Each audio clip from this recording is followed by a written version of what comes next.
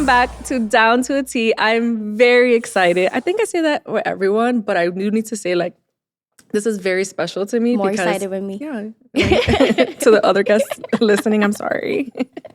But this is special because Karen is a friend of mine. We have today content creator, Karen Rivera. Hello. Yes. So nervous. Thank you. No, do not be. I know. Yeah. This is a safe space. And it's so special because we've been friends for a long time. Yeah. Yeah. And we like met, but then I think we just stayed connected on social. We did. Yeah. And we were yeah. more it was like just like social so, friends. Yeah. Yeah. And then I saw you for Halloween. Oh, yeah. A couple months ago. Yeah. So, and it's been amazing because I've been watching your journey, and we'll get into that in a second, but we're going to do our icebreaker questions, the starting 5. Fun. Let's get into it. So what's a quirky habit or ritual that you have before starting your day? Oh, this is going to sound so silly. Yeah. But I feel like I've had to do this now, like where I'm at in my life, where I just wake up and I'm like, I'm the bomb. And like sometimes like I'm like not in the mood and I'm like, why did I just say that out loud? But I'm like, okay, I gotta remind myself, like, okay, I got this. I can do this. I love that. Yeah, it's just a little reminder for myself because a lot of the times I don't wake up like in the best mood or like with a ton of energy. And if I just like remind myself like, yo, you're the shit. You're the shit. It's like, all right, cool. I got this. I need to start doing that. Everyone needs to start doing that. I got it from some woman on TikTok. I forgot her name. She's like, just wake up and say something silly. Yeah. So like start your day off on a positive note. Well, there's that trend now where people are like high-fiving themselves in the mirror because Mel Robbins said so to. I love her, but I can't do that. So like, I also heard that and I was like looking at myself in the mirror. I'm like, not today, girl. We're not high-fiving, but you're the shit, but we're not high-fiving. Get through the day, maybe we'll high five. Right, maybe later on. I tend to romanticize my breakfast. Like everyone's always make fun of me. I didn't realize that until somebody called it out, one of my friends. And she was like, you really romanticize. Like I make it like how? Like I make it like I dedicate time. I like spread out the food. I make it pretty. Oh, I love like that. I make breakfast a pretty big deal. And that, to me, that feels like you deserve this. Like treat yourself, queen. That's really so me. I don't know how to romanticize cereal. I'm a cereal girl. I love that though. But I would probably do the same thing if I were you. But this is what this podcast is all about because I can't stand when I listen to podcasts and everyone's like, I have 3 avocados and you're like, I hate cereal. Yeah, Fruity Pebbles. I know it's pretty bad, but like I love right. Yes. And it was not sometimes I'd be craving Fruity Pebbles. Oh yeah. And then I get into this like binge of eating cereal while I eat like breakfast, dinner. Yeah. I mean, it's not the only thing I eat, but if you had to delete all but 3 apps from your phone and not just social media, anything, which ones would you keep? If I had to delete all apps. Yes, and you had to delete social media not included or included? Social media is included, but every single app you had to delete all, but you had to keep 3. Ooh. Which 3 are you keeping? Okay, definitely keeping Instagram. Yes. I mean, I have to keep an editing, right?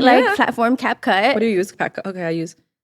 Honestly, this is gonna sound so silly. Words with Friends, I love, and I cannot live without Words with. Oh, I'm like a beast on there. Okay. Like insane. That's me with the New York Times games. Like, really, I didn't even know that they had games. Yeah, they have games like Connections and this like Wordle. Everyone had that Wordle phase. Yes. They were going through they have it in the app. Yeah, and me and my husband are super competitive and we send each other what we got in Wordle every single day. I love that. And I used to what play we get in Connections. And legitimately, we go so hard for no reason. Like sometimes we'll be like, you see my shoe? That's you beneath me. No, that's insane. I used to be so competitive. We're like with loser. My like he'll literally cross me behind on my couch and be like, "All right, loser." No, I love that. I'm so competitive. Yeah. We're both very competitive. I love that. Yeah. I love that. So like, if we're playing a game, me and you have to be on the same team. Okay, that's us against each other. Like, we're both competitive. It's dangerous. We play Mario Kart. We're like super competitive. Yeah, so we just finally got a new game called It Takes Two where you have to work together. I love that game. It's I used so to play, good. But like that would get you guys against each other because it's like, I told you not to move because I'm trying to jump on this side. Yes, and it's it does. But then at the end of the day, you do have to work together. So I feel like it's a little healthy. No, it is. It's fun. But then it's also like, see, if you would have just listened to me, we would have made it this way quicker. But it's funny because the characters are saying that. When they're like yelling at each other. And I'm like, why do they sound like I love the banter between the two of them. So what's a fashion trend you secretly love but haven't tried yet? Ooh, that's a good one. I would say the oversized blazer outfit, like the tailored you haven't tried suit. that yet? I haven't. I love a good oversized because like blazer. I'm so tiny, so I feel like every time I throw it on, I'm like I look like I shrunk inside, but I feel like it looks so clean, so like I don't know. It's just like, you know? I feel like it would look so good on you. I know, but like... Yeah, like when you're more petite, it like looks like, I don't know, I just love it. Right? It's just like, it's a look. Trust me, I have so many things saved on like Pinterest and I'm like, one day. Okay, we'll be looking out for that. What does an off day look like for you? Ooh, an off day for me. Sleeping a lot. I love that. I'm a big sleeper. Playing Mario Kart. Oof. Yeah. Okay, now we have to play together one I'm day. a beast. Yeah. Playing Mario Kart and honestly, scrolling on TikTok. Funny videos though. Yeah. So like I like to make my feed funny videos, things that are, you know, uplifting and something to just distract. I need a distraction most of the time from the day. I say the same thing. I'm like, I don't want to, because I said this in another podcast episode where I'm like, I don't want to do more good for me. I want to like be distracted. Yeah. Like I don't want to, like people say like, what does a day off look like for me? I'm doing Pilates and meal prepping. And I'm like, oh no, I'm rotting on my couch. Yeah, 100%. Either playing video games or I'll watching have like reality a cozy television. robe on and I look crazy when I'm at home. Like my hair is a mess. I don't know, probably ate pizza 10 times for the day. Like it's so bad. Yes. Okay. What's your Star Wars hot take? And the reason I asked that is because if you don't know Karen, we know she's a fan of Star Wars. So I had to throw in something there, but I'm going to be honest. Whatever hot take you give, I will not know what you're talking about because I've never watched a Star Wars movie in my life. Okay, so like hot take meaning what? Like what something like that people maybe don't agree with about the films, or which one's your favorite that maybe aren't other people's favorites, or a character that people might love that you're like, it's not that great of a character. I'm not crazy about Han Solo. I don't know if you know who that is. I do. That I know. Because that's a cultural, like, right. Yeah. So like a lot of his lines, everybody like goes crazy over. And I'm like, Padme's lines are like so much better. I don't know.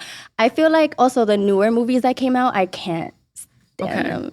You know, I don't like them. Like, I don't like them. Her. Okay. I don't like them. It's a safe space. I like the older Star Wars movies. I just feel like it has more of like that nostalgia feel, whereas now everything just looks so CGI and like they kind of stray away from the line. I get it, you know, things have, you know, they want to be consistent, but sometimes you could just leave things alone and we don't have to continue the story. I agree with that with so many things. Like Harry Potter, they're trying their best.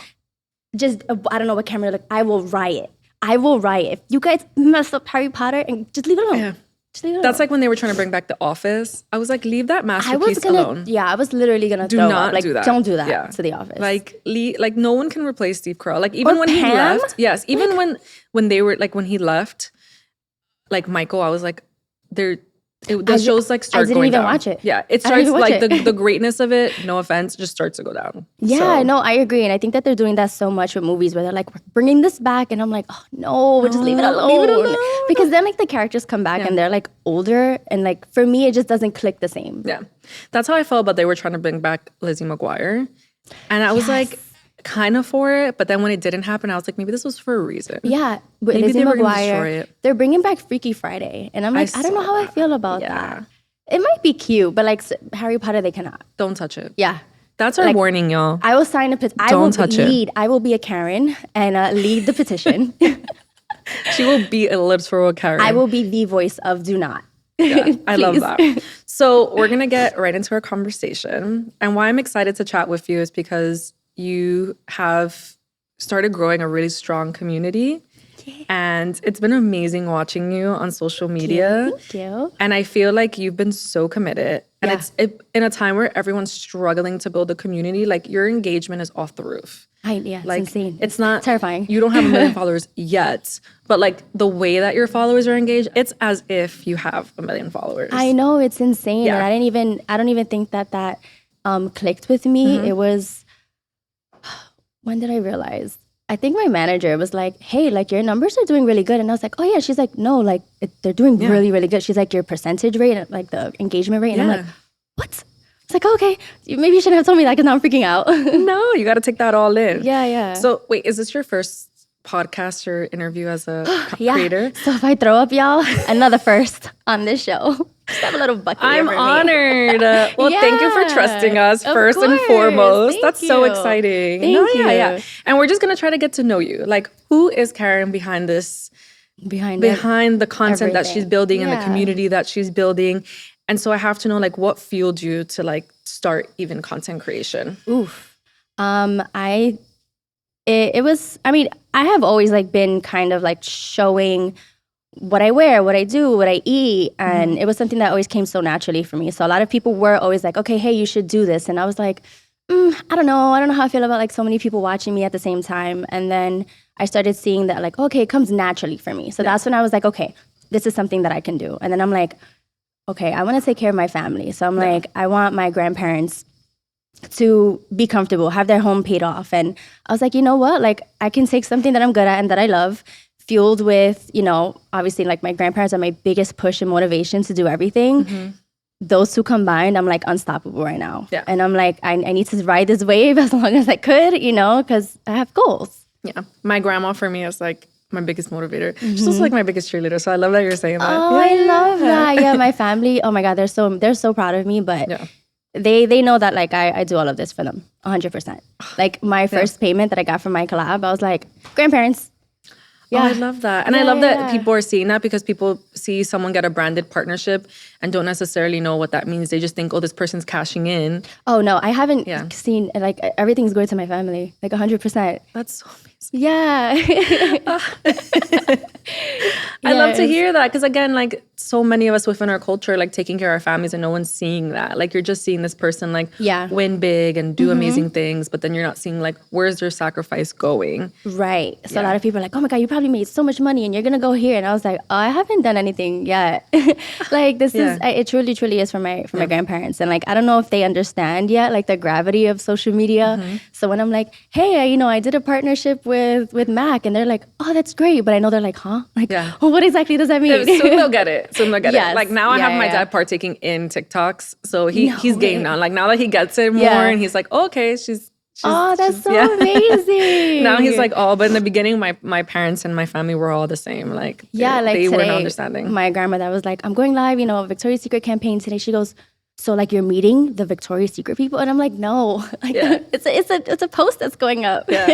And did you feel like this all started with, because if you don't know, Karen had this Ducky Toys moment.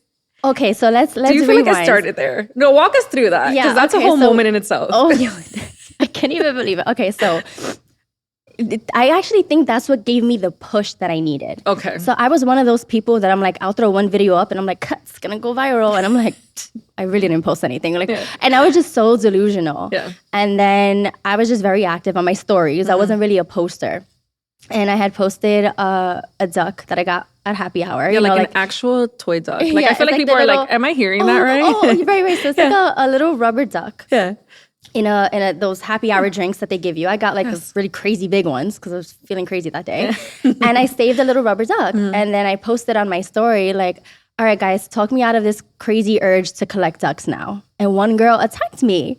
And she was like, stick to your little cup collecting. Duck collecting is for Jeeps only. And I was like, okay. So like, I'm the type of person that like, I'm going to be petty. Yeah. So now you're getting a dose of trolls mad early on. Yeah. And I was like, I was just being so innocent and like just silly.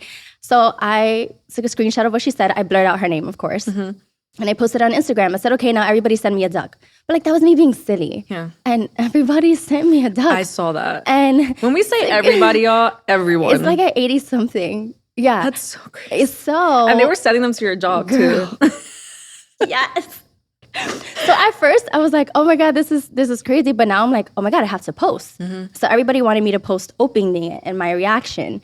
So that's what actually pushed me to start social media in the way that I did, because it was helping me be consistent. Yeah. So like, I'm posting duck content, like little rubber, opening ducks where there's a duck of Superman, it's a duck of the Ninja Turtles, like, and everybody was just going crazy over, they were like, post a duck today. Yeah. And I was like, oh my God, okay. Because it's so unique. It's like something different. It's fun. It's like a breakaway from like the typical content that you see. And people felt involved because they would send me a duck. I'm opening it and then I'm like, okay, thank you, you know, Mom for sending me this. You know, thank you, Billy, for sending me this. And they're seeing like I'm interacting with them. And that's something that's so genuine and true to me because I love interacting with anybody on my platform. So I was like, it was like a nice blend. I love that. So the ducks helps me be consistent because then when I couldn't keep up. 80-something ducks, girl. I was like, it's a lot. I still gotta finish today. That's what helps me actually kickstart where I'm at now because Instagram loves to see consistency. They do, yeah. So I was posting 2 to 3 reels a week, sometimes 2 in a day. And then I started noticing my numbers were going up. And I was like, oh crap. Like, all right, if there's ever a time for me to do this, like I need to do it now. Yeah. And I finally jumped on it because I was so nervous. I'm like, if I flop in front of everybody, like this is gonna be so embarrassing. But I'm like, all right, whatever. Who would have thought rubber ducks? I know. Yeah. Honestly, I think I can say that. It was because of the rubber ducks. That's what I wanted to ask. Because I was like, I remember that moment. And I was like, well, do you feel like it's that? And then you started going more into fashion. What inspired you to do fashion versus like... So like, I'm not even a fashion girly. Like, you tell me right now, Karen, show me your 3 favorite trends. I'm like, I have no idea. It was wait, let's correct that. You are a fashion girly, okay? Don't say you're not. You are. Well, I guess I'm not like... You're not up on the trends, but like, but that's something that like people, I think fashion is like so different. And I think like you show another side to fashion. Like not everyone has to know all the top designers and who was in the spring runway of like. Yeah, like I don't know any of that stuff. And that's okay. Because I feel like even just a fun fact as well, like my aunt follows Karen. And we find out because Karen posted me on her story. And then my aunt was like, wait. This influencer posted you. And I was like, that was the first time you were referred to as an influencer. And I was like, I'm so proud of her. And then she said, she was like, I follow her because of her relatable fashion content for work. Oh, yeah. And like fitness stuff too. And I was like, that's what I'm saying. It's like fashion's so different and like not this one thing. It's like storytelling. Like to be a journalist, it was once that you had to be up on like news and only cover news. And I feel like you can be a journalist and be a TikTok journalist. You can be a podcaster. That's so true. Yeah. And I think fashion, it's such a big category that the category that I personally feel like I'm in is like your relatable outfits that you can get. Like I'm not dressing up to the nines, you know, but like it's comfortable. And that's like me. I like to be comfortable and cute and affordable. Yeah. Like you can go to Zara right now and probably get the same thing. You know what I mean? Like something that's like more relatable. Yeah. And is that why you wanted to share more fashion? Yeah. So I was like, okay, everybody is always asking like, okay, where did you get this? Where did you get this? So I'm like, okay, it'll be smart for me to just show everybody because they're asking anyway. And there was one day that I was going out and I'm like, you know what? I'm just going to record my video and post it up of what I'm wearing. Yeah. And that video like went off like 100-something K. And I was like, oh, it's happening. I was like, okay, so I can do this. And then from there, since I saw that worked, I was like, okay, maybe I can show that. But then I'm like, but that's not really just me. So I'm like, okay, I want to show my personality. And then that's how I like started like going down the line of showing what I like to eat, what I like to do, and just being like real and honest. Yeah. And then when you started and the content started flowing, what was the one thing that surprised you about like content creation, influencing world? Whew, girl, you ready for this one? Where's the tea? So, this one. So I think like myself, like a lot of people, this like the entire first of all, I hate the word influencer because I like say content creation. It has such a bad I'm always so careful because I'm like, but it sucks that that's like what we think of it because it is like influencing is so important and that's what you're doing at the end of the day. So I hate that because now everyone's like, I'm a content creator. Yeah. Because they're so afraid to say influencer. Yeah, that's me. Yeah. They're like, are you an influencer? I'm like, no. Content creator.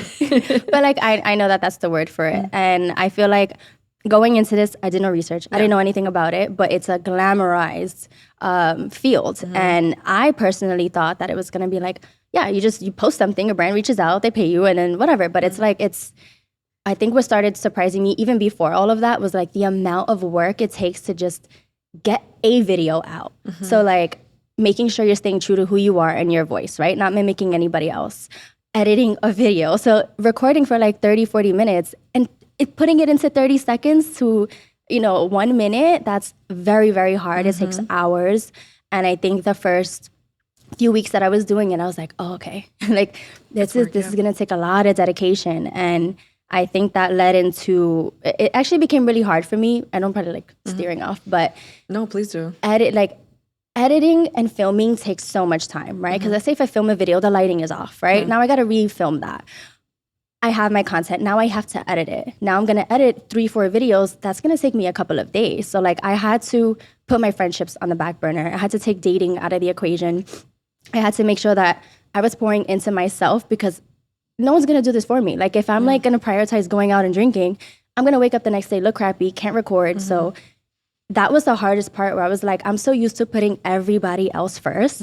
This was actually the first time in my life that I learned I go first. Like I'm first. It's me first, me second, me third. My homegirl actually taught me that. Like you first, second, and third, everybody else after.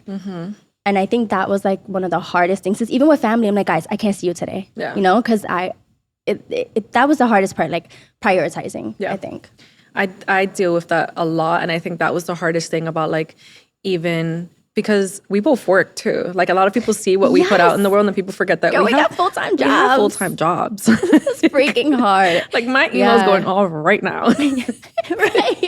At this very moment. And it's like, it's so hard when like you're working 9 to 5 and then you have to sign off. And like what usually people do to like unplug their day, now we're switching into like content creation mode. It's work. You're or right like into podcast mode for me. And it's like, it's crazy because when I come to New York, I face that where I'm like, I have to tell people like, I can't see you. Like I'm coming in for the podcast. And it's like the hardest thing, but I think it's a perfect example of like I love the phrase, you can have it all, but truly when you think about it, you can't have it all. And you have to be, and I think there's beauty in that. Like I think you go through seasons where like priorities change and I know like, and then you have to think back, like, what am I sacrificing? Is it worth it? Like, I felt like I sacrificed my health and like fitness for a long time because I was trying to juggle like family, friends, work, podcast, everything. And then so like, I let that go. And then I had to take a step back and be like, oh wait, like that's very important. And that's me. Like health and fitness at the end of the day is like taking care of me. Right, correct. That's you pouring into yourself. Yep. Me pouring into myself. And then I was like, okay, I have to take care of that. And so with that came like missing life events for people and being okay with that and like traveling less between places. And so I feel you. That's definitely the hard part, like especially having a full-time job. Yeah. Woo, girl. Yeah. So like, you know, you clock in on my way to work, I'm editing. That's crazy. I get to work, I'm editing and posting and engaging. Throughout work, I'm also multitasking. I'm doing my job, but then I'm like going and, you know, writing back to comments and you know, it's like a bouncing effect throughout the day. I come out of work, now I'm posting on TikTok. Yeah. So then from there, I'm going home and I'm either filming, I'm editing, you know, like it consumes my entire day that it's hard, you know? And I love that you're sharing that on your socials. Like from early on, you're saying like, hey, I'm going through this. Like, and I think the other day you were sick and you're like, yeah, girl, I was struggling. I'm struggling. I'm sick and still keeping up with everything. It's great. I actually got in trouble once at a former job where my manager had been following me and I was like posting Q&A about like on my stories and it was like a new feature on Instagram at the time and I was like partaking in it and she was like, hey, like you gotta do that stuff outside of work. And I remember feeling so defeated and I was like, I'm never gonna do anything because I'm like, seriously? If I can't post during work. Right. Oh my God. And I think that's another thing that maybe makes it easier for me is that I have a job where I'm able to post like throughout the day if I have to, but I know like it might be difficult if you can't. And then you have people watch, your page is public. Like you can't hide. I'm like, I think that's important. And just for anyone that's hearing, like finding workplaces, like my biggest advice is always like interviewing back. And then I remember when I was like going up for this job as editor-in-chief, it was like one of the things I was like, I need you guys to be supportive of like, I do content creation, I do my own stuff on the side. Oh, that was good that you said that. I feel like that's so important. Because you want to find spaces that like allow you to be more than just their employee. Correct. Yeah. Like you don't want to just be in one little corner and then you can't grow that way, you know? Exactly. So I love that you have that space for yourself. Is there something that you love that you feel you don't get enough time to do because of content creation? Yes, play piano. Oh my gosh, piano is like, that's my outlet. That is my therapy. And that's like something like, and it's so, I love it so much that when I can't play, I'm playing on my phone. Like they have an app where you have a piano. Yeah. And that's how it's a really big part of me. Yeah. And I haven't been able to fit that in my schedule. Oh my God, in a couple of months. Like every day I have it on my planner, piano time. And I'm like, oh, but I can't because then I have other things to prioritize. Yeah. But that I would say, and listening to music, like I love finding new music or like obviously going to like a show, Brooklyn Mirage, you know, but like all of that consists of taking up so much time out of my day where I can be productive in other areas. So did I imagine this or are you a Billie Eilish fan? Oh, I love her. I freaking love her. So how are you feeling post Grammys? Mad. Upset. You know what? We're gonna, and the Beehive, y'all could come for me. That's okay. So I have a question for you. Yeah. Have you ever been a Billie Eilish fan? I would say I became a bigger fan from this album. Correct. Yes. Thank you.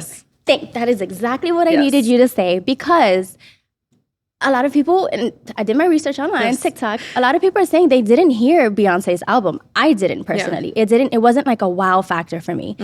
I've been a Billie Eilish fan since day one, like for years. And I feel like a lot of people became a Billie Eilish fan last year with her album drop. So how can something not win album of the year when it turned people who were never a Billie Eilish fan into being a Billie Eilish fan? Like, so many people are like, I love Billie now. And I'm like, wow, cool. Okay. So now when the Grammys came, I honestly didn't watch it because I'm like, oh, she's going to win. When I saw Beyonce won after Jay-Z threw a little fit last year, like, no.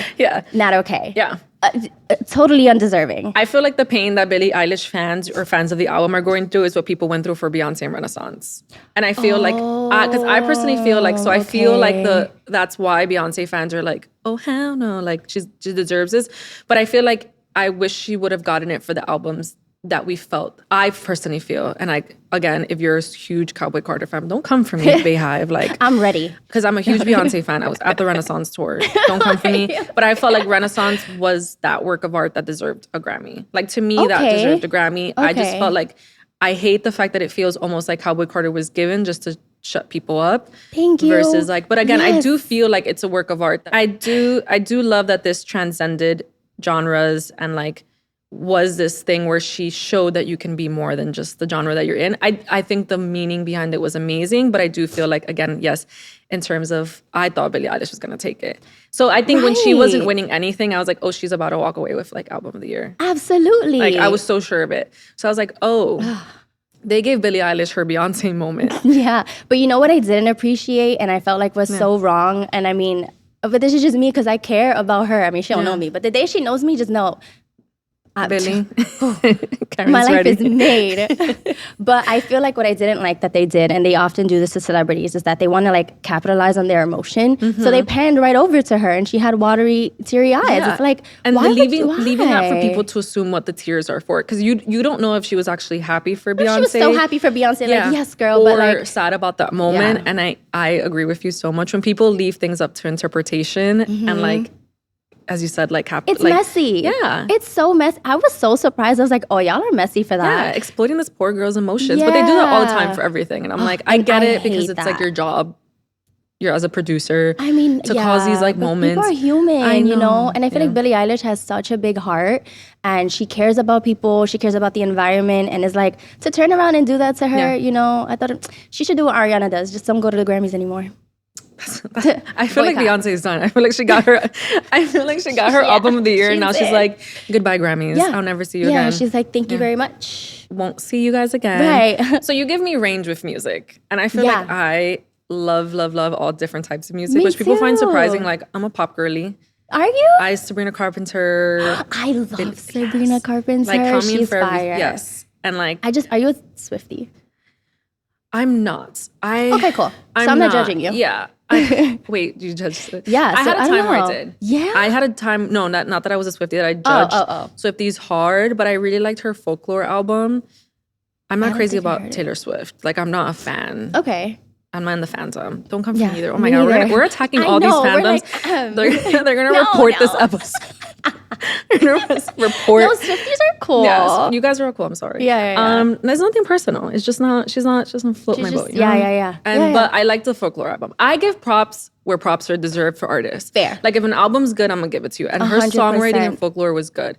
Do I like her other tracks? No. Like, Shake It Off. Don't. Oh my God, I can't. It's like so commercially. Like, all her commercial tracks, not my jam. Yeah. But Folklore, I felt, and the crazy part is that Folklore, I felt didn't get a lot of love. And it's actually Swifties like. What song was on that album? August, Invisible String. See, I don't even know. You have to sing it. Have you ever sung on this podcast? No. Guys, gonna get first. No, we're not doing it. We're not torturing. We're not gonna torture you guys.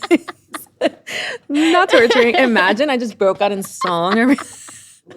No. Right? No. August is the one that everyone uses once August comes. It's like on everyone's reels and TikToks. You'll hear it. Okay. Every August. You refuse to sing. I'm not singing. Especially, the first time I sing is not gonna be for a Taylor Swift song. Right. But I'm like, I loved the songwriting in the album, and the funny thing is that that's Swifties' least favorite album, so that's why I know I'm not a Swiftie, because I love their least favorite album. Okay. Yeah. Okay, yeah. They're like, girl, you don't belong here. Yeah, you don't belong here. Get out. So. No, but that's good. I also actually just I feel like The Weeknd is back. Yeah. Girl, I just heard his album yesterday and I was like, ooh, I haven't listened yet. Yeah, it's so good. And you're listening to like Bad Bunnies. Oh, girl. Yeah. So with Bad Bunny, no, this is like actually something like serious. Like, I'm like obsessed with this man that like I see him in videos with other women and I'm like, oh, but like it hurts, you know? I actually had a freak out moment. He was by my house. He was like 15 minutes away and I had just found out. One of my friends was like, oh, he's over here. And I went into a full panic mode. I called my best friend and she said that I wasn't even talking English. And that like, I was like, what do I wear? What do I wear? And like freaking out like as if I'm gonna like. Wait, did you make it? No, because I freaked out so much that like, she was like, hey, I think you're having a panic attack. And she was like, deadass. And I was like, oh, I got like this over some guy that doesn't even know I exist. And I felt so ashamed of myself. You're manifesting it for yourself. You're manifesting meeting him. I just love him. It's so funny because on the other podcast episode, we were talking about like, what's your toxic trait? And I'm like, oh, I'm very possessive with my friends. And I feel like yours is I'm possessive over Bad Bunny. Girl, I'll be in the comments and I see people talking bad about him. And I'm like, oh, I should just make a burner account, like attack them back. Yeah. But I love him so much. I love what he's doing for Puerto Rico. I think he's a genius. Like him and Billie Eilish. Bad Bunny had 0 fans. Karen is dead. You know what it is too with him is that he just has like this, I don't know, like you know? Like, I don't give a fuck. Yeah. Like, yo hago lo que me da la gana. That's exactly it. That album is exactly him, that energy. Literally. Yeah. I'm so excited. I'm going to see him in August. So I'm like, you're going. Oh, girl. Yes. I'm going to be one of those people the security's going to run and grab because I'm going to try to run on stage. I got no tickets to anything this year. Why? Because I'm trying to be more responsible. And I went to the Renaissance tour. That's like a responsibility. That truly is. I love that. I'm going to tell my husband that. Yeah, 100%. I have to go because it is a responsibility. Yeah. Yeah. It's actually part of like my necessities. I was talking about it because I'm like, there's Beyonce, there's Bad Bunny. She's doing the Cowboy Carter tour. Shakira, Raúl Alejandro, Coldplay, Backstreet Boys. So you know, I love Backstreet Boys, but I'm an NSYNC girl. So when Backstreet Boys like came NSYNC out, isn't gonna give us what we want, so I'm gonna settle for.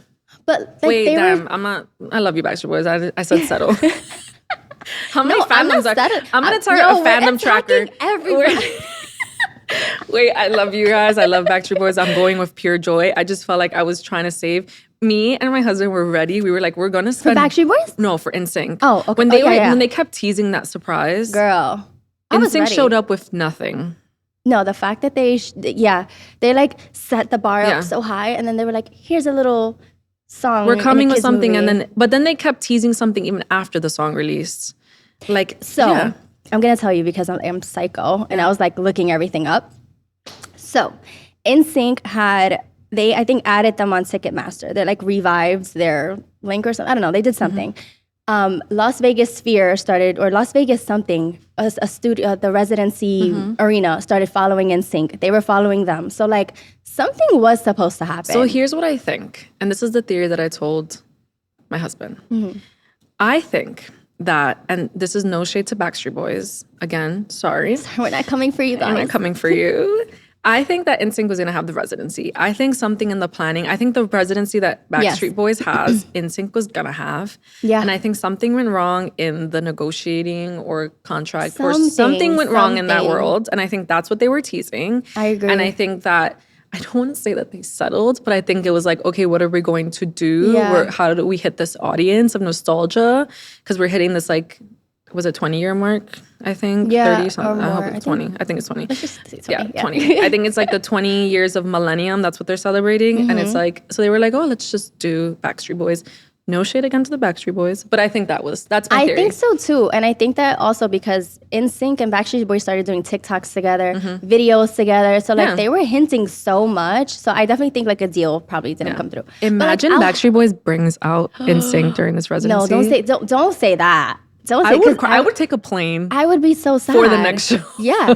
Oh yeah. If you guys post that on TikTok, I would immediately spend life savings to go. So I was ready. Like I want to be front row. Meet and greet. Oh, that's what I was absolutely. saying. We were ready to spend rent money. Like we said it. We both said it to each other. We looked at each other and we said, we are going to spend rent money and be front row at NSYNC. Yeah.